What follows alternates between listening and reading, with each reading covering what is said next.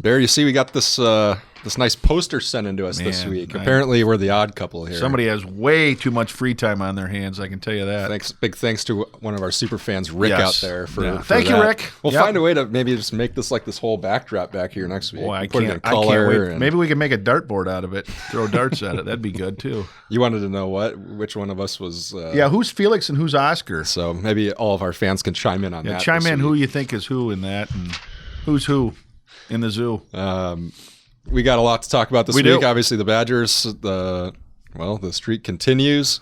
We got some girls hoops brackets out, and obviously, This is about the busiest 2 or 3 weeks of the winter season for sure. Maybe even the whole high school season because you got wrestling, state, and you got the boys and girls tournament starting and state swim this week. Fun time, but a busy time. Yep.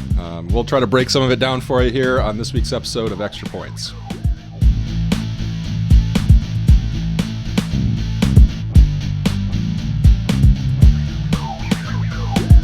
Open the show by drawing a technical foul. Diamond, that's cheap. A nice technical foul right there. That's cheap. No, it's not. It's just not even a flagrant. I'm probably suspended for next week's show.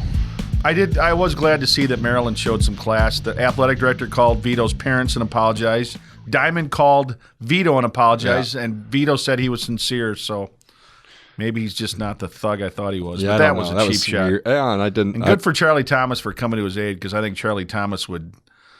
I think he'd manhandle Diamond Stone. Well, I didn't know if that was. I don't know. What was he What doing? did he say to deserve a technical, Charlie Thomas? I don't know. What was Diamond thinking? I don't know. I mean, he clearly wasn't. I think they were all frustrated because they were losing so bad to the Badgers. Or because they were playing Wisconsin, and that's where everyone wanted him to go, and he didn't go there, and he wouldn't have fit in probably anyway. Game, and obviously we're talking about Badgers in Maryland over the weekend. On Saturday, the Badgers got win number 7 in a row. Most impressive of the year. Yeah, I mean, I think we all said, well, they've won 6 in a row. Obviously, the Michigan State one was pretty big, but other than that, those games weren't real big, so we wanted to see them win one of these big games. Well, they didn't waste any time. They didn't win the first of the big games. Have you forgotten about Western Illinois? I have, but that doesn't mean the selection committee won't, or the RPI hasn't, because that game still figures in all their numbers. But, I mean, at least they're headed in a better direction, and I think if you would have told me at some point that team would rattle off 7 straight wins after the first 10, 15 games of the season, I'd have said, no way. Well, I think just to even be talking about the fact now they're in the brackets according to most of these bracketology people after that big win, and obviously they've got a few more here. They got to try to find probably another win or two just to make sure to pad that resume. But I don't think we ever thought we'd even be sitting here talking about the NCAA tournament. I wanted Vito Brown to be as far on the bench as they could get for him, and now he's been their best player the last 3 Turns games. out he can do a little more than sing. I mean, good for him, and good for Greg Gard. And I know everybody wants to anoint him as the head coach right now, and trust me, folks, they're a long way from doing that. Why not? Because there's so much more that goes into it than just naming him the coach. For one thing, Barry Alvarez is the biggest thing, and he's going to want to put his stamp on the program, and he's not going to do it now and name Gard the coach and then see them fall apart at the end of the year. And he's going to wait, but he certainly is padding his resume. And I think if he were named head coach right now, there wouldn't be any people saying why or anything like that. I guess I saw one recruit today say, "Hey, I'm still committed as long as Gard's there." So he's not shaken by it, but. To me, I mean, it's going to help recruiting to get to know that you've got some stability there. And, I agree. And what Gard has done, and with, like we said, with the pieces that he's got to work with, and how he's brought along some of these guys like Jordan Hill and let Illikainen and Iverson find their niche at times against certain opponents. I think he's shown everything that he needs to show. You're right, but what's the biggest reason he hasn't been named the head coach yet? Barry Alvarez's ego. That's the main reason, and that's why it hasn't happened yet. And, at some point, Barry's going to have to decide, is this about me or is this about what's best for the university, and not so much him putting his stamp on something. And I think at some point, they keep playing like this and they make a tournament run, Barry's going to have to swallow his pride and just say, look, I'm going to go with a guy that's already here and not worry about a nationwide search, and who knows what that would have came up with anyway. So good for Greg Gard, and I hope it continues, because it's back to being they're relevant again and they're fun to watch. Well, here's the other thing: if maybe not right now, because his stock has obviously never been higher in terms of Gard, but with every game this winning streak continues, isn't his price tag going up a little bit? Oh, certainly, no doubt about it. And I don't think they're gonna. I don't think they're going to have to overpay for him because I don't think he wants to go anywhere else but Wisconsin. But I think you're right. I think as the wins keep piling up, certainly if they make the NCAA tournament for I think would be the 19th or 20th straight year, which is the third longest in the country, you got to credit him because let's face it, when that turnover happened and he replaced Bo, things were not going well. That was a team in turmoil. Nobody knew what was going on, and all of a sudden you look up, and I thought it was the best comment to come out of the Maryland game was somebody asked him about, do you think this has secured your place in the NCAA tournament? Gard said, I'm not worried about that. We're trying to win a Big Ten title. And that's funny, because what were they, 1-5, 1-6? 1-4, I think. 1-4, whatever, in the sure. Big Ten, and nobody would have ever even talked about a Big Ten title. You and I said, not a chance they get in the top 4 again. Continue that streak. And now look at him. He's right. I mean, the upper teams ahead of them keep losing.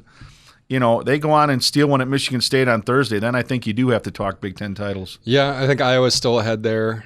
I think they've got the fast track to it, but even to be in the top 4 mix, even and try to be to in the continue talk that streak is crazy after they were 2 months ago. You're right. We just crazy. assumed it was over. I assumed it was over. Like I said, I had one foot off the bandwagon, and the other one was dangling, so to speak. Where are they now?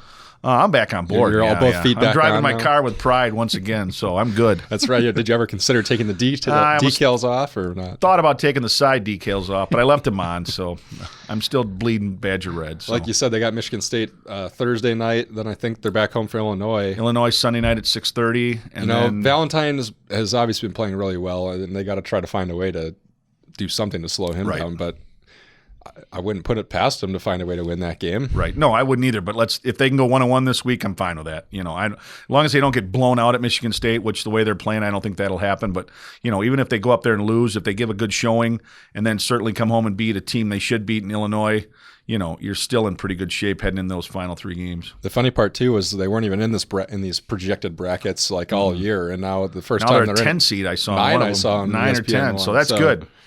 Maybe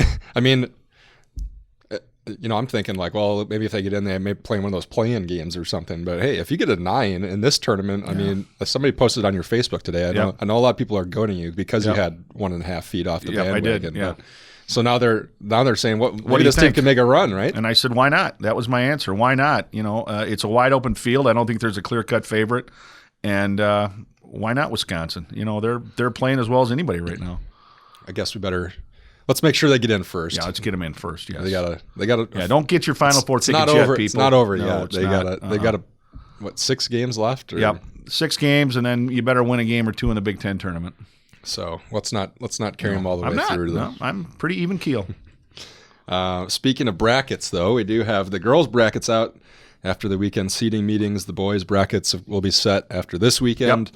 Yep. We're still a week away from the tournament, so we've got some time to ponder it. But I guess just some first impressions from the brackets that come out over the weekend. I think I started at Division III just because we knew that sectional was ridiculous. loaded. But ridiculous. When you look at it, like this is how loaded this area Division III sectional is. Lakeside Lutheran, which is number 6 in the state this week in the polls, Division III, is the number 6 seed in the bracket. Yeah. What? That's ridiculous. I told you. I mean, you look at a team like Broadhead that's going to tie for the Rock Valley South, gave Whitewater all it could handle and lose in a close game that you were at, and they're going to have to go on the road and play second-ranked or second-seeded Marshall. If they can get by Lakeside. If they First get by Lakeside. Well, that's what I'm saying. It's crazy. And you look at the top half of that bracket with Whitewater, and that's no cakewalk either for the Warhawks, although I think when you look at that bracket, Whitewater's certainly the best team. I think so too. I don't know much about Marshall. I mean, they've been rolling along. They don't play anybody, right? I mean, that's all. No offense, you could say Marshall. the same thing Any about Marshall fans out there? No offense, but you don't play the schedule that Whitewater and Broadhead play. Well, Broadhead's played Cuba City. Broadhead's played Whitewater. Broadhead's played good teams and really has been in every game except one. And then you look at an Edgewood team that plays Division II teams all year, and they've struggled a little bit late. But I mean, there's people out there that say maybe they should be a higher seed, and they're 4th. I mean, I think everyone can agree on this at least is that when Whitewater came out of this bracket last year, everybody kind of said, well, whoever comes out of this bracket's going to win it all because you've already gone through the gauntlet just to even get to Green Bay. And that's what happened. And I think that'll probably happen again this year. But, you talk about brackets and teams. Interesting last night on Monday that Stoughton, which is ranked, I think, 5th or 6th, beat Verona they're fourth this week, Yeah. and Verona was second this Yeah, week. so I mean, Stoughton fourth in Division 2, beating the number two number Division two team 1. in Division 1, and what was it, a month ago, Janesville Parker, which is a 500 team, went on the road and nearly upset what is now, top-ranked Middleton or third-ranked Middleton? Yeah, they were top-ranked at one time. Yeah, they're in the top 5. So, I mean, it's girls basketball. Anything can happen. And no offense to girls basketball, it's come a long way in the last 25, 30 years, but you see a lot more upsets on the girls' side than you do on the boys' side. You wouldn't see a number one team on the boys' side losing to a team that's going to be seeded 13th or 14th. It happened last year with the Craig boys, but there were some circumstances there where the best player from Muskego didn't play and some other things going on. But you just don't see the upsets on the boys' side that you do on the girls' side. It's going to make it fun. Yeah, it is. Janesville Craig, the 3 seed, they're going to host Madison Memorial. These are games next Friday, but right. Week from Friday and then the following Saturday. By the time we do that show next week, some of these games will have already been played because there's some regional quarterfinals that are played Tuesday night. But the Janesville teams don't play till next Friday, but we might as well get them out of the way here. They host Madison Memorial. Parker, the 7 seed, hosting Madison East. And I feel the same way about this bracket because we've seen Craig and Parker or even like a Madison East. We know what those teams are capable give Middleton of. and Verona some games. Yeah. And Verona and Middleton, for the most part, have found a way to come out on top in those games. But they've, Parker taking Middleton to overtime. Middleton needed a last-second heave to beat Craig at home, and they play again this weekend. This bracket could be fun. I think a lot of people out there saying, well, it'll be Verona and Middleton in the sectional final, but I think it could be a little more open than that. Oh, I would agree with you. I mean, I would be surprised if it's not those two, but only because, they're proven and they've got good experience playoff-wise. But I think the team to look out for is Craig. I really do. I think the Cougars, they're not as deep as maybe some years past due to injuries and such, but I do think their core players have come a long way and have really – they learned to live without, Al Hughes, and that was a problem for them early on. And I think they're over that now, and they've started to share the wealth a little bit, and certainly Delaney Schonenberger and Annie Schumacher are capable of filling it up, and, they're role players with Al Slatter and Allie Carlson, Allie Carlson and Slatter was last year. That's right.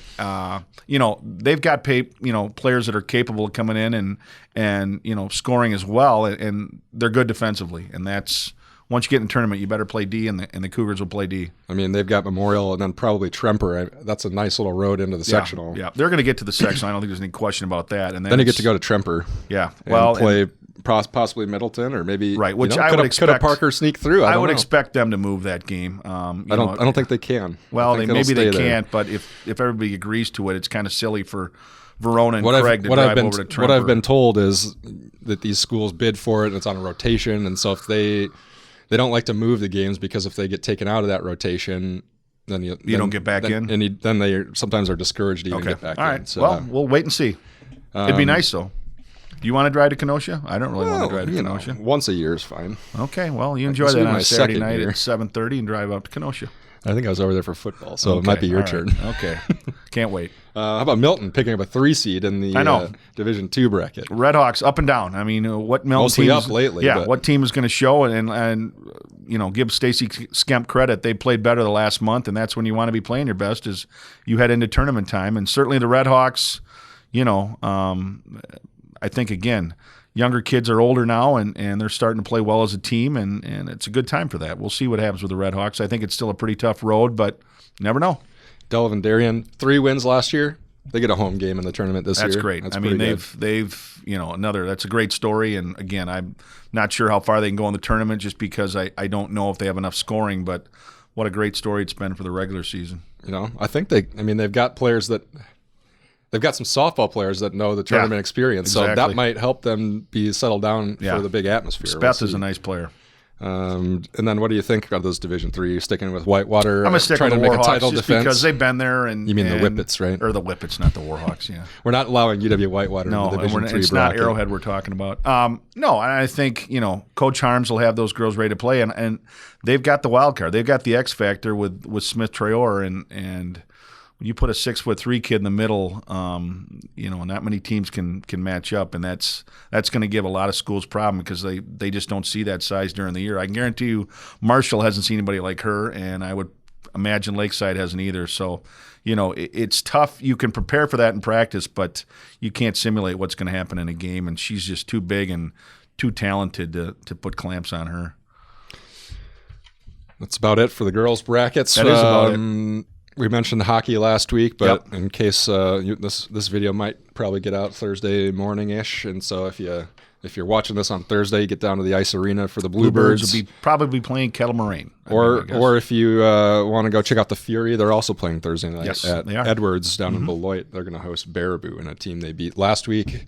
Yep. So a lot getting underway. We've got wrestling sectionals this weekend, so anybody who wants to make it to state, this is your chance. You got to finish, I think, top 2 in Division 1, top 3 in Division 2 and 3, and we've got a lot of area kids that are going to make that trip to the Goal Center. I don't think there's any question about that. A lot of good individuals in the area.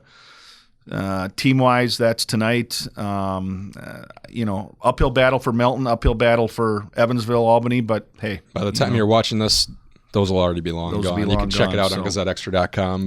But good luck to those teams, and good luck to the kids this weekend. And, if you can say you finish your season wrestling at state, I don't care if you medal or not. That's good stuff. Yeah, one storyline to watch. Jordan Meyer trying to go for the 4th time for Evansville. And, that'd be pretty special for them. That would be pretty sweet. That program is trending in a pretty good direction still. What else? Anything else on your mind? No, that's about it. Daytona this weekend. And, Daytona. We got Vaughn in the. We do have our expert opinion gurus here. Dave, who's going to win? Who's going to win? No, not Jeff Gordon. Gordon's probably not going to win. Who's your pick? I don't have one yet. Oh, okay, too early. We got to wait till the twin qualifiers. The Coca-Cola 250s or Can-Am Duels. Yeah. Can-Am Duels, which I've got my DVR on already, so I'm set for that. Bill Elliott on the poll, I see. I'm going. You know what? I'm going to go out on a limb, and I'm going to say Kenseth wins. I like that. He's going to start second, right? That's right. All right, Matt. Is this Chase Elliott related to Bill Elliott? He's his son. Oh, okay. Well, at least I had that. All right. He's got the. I just remembered Joe Elliott from Def Leppard.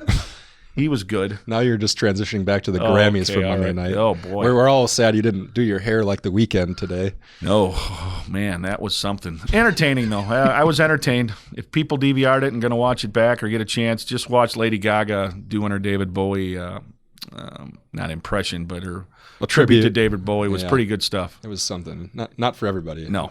Not really for me. Or you were probably more Kendrick Lamar, huh? Yeah. Chris Stapleton. I liked him, yeah. I'm going to pick who am I going to pick? I don't know. Who are you going to pick?